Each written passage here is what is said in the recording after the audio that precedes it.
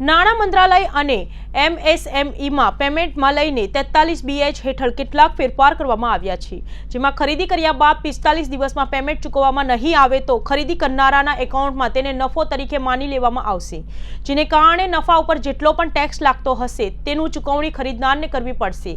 આવી સ્થિતિમાં ટેક્સટાઇલ માર્કેટની સ્થિતિ ખૂબ દયનીય થઈ ગઈ છે અને નવા નિયમને કારણે વેપારીઓની મૂંઝવણ વધુ હોવાને કારણે ખરીદી પણ અટકી ગઈ છે।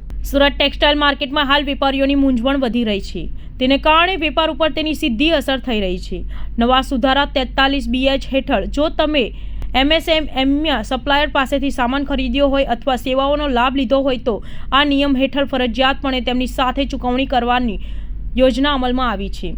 મહત્તમ 45 દિવસની હશે। આ નવા નિયમને કારણે વેપારીઓને હાલ થોડાક સમયનું ખરીદી કરવાનું બંધ કરી દીધું છે। નવા સુધારાને કારણે વેપારીઓ હાલ થોભો અને રાહ જુઓ તેવી સ્થિતિમાં છે। ટેક્સટાઇલ માર્કેટમાં આજે વેપારીઓ રામધૂન બોલાવવા માટે એકત્રિત થયા હતા। ટેક્સટાઇલ માર્કેટના વેપારી રાજુ ઓરડે જણાવ્યું હતું કે આજે માર્કેટમાં એકત્રિત થઈને વેપારીઓ દ્વારા રામધૂન કરવામાં આવી હતી। સરકારને સદબુદ્ધિ આવે કે નવા નિયમને કારણે વેપારીઓ મુશ્કેલીમાં મુકાઈ રહ્યા છે, તેમાંથી તેમને બહાર લાવવામાં આવે।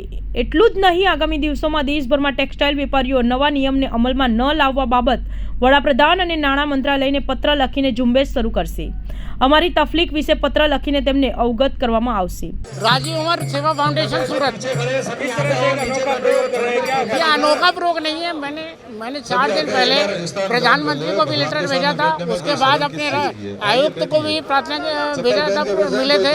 उसके बाद हमने सारे संगठनों को भी इकट्ठा करके प्रयास किया था और अपने कल 542 सांसदों को भी मेल और उससे सभी चीज़ें भेजी थी।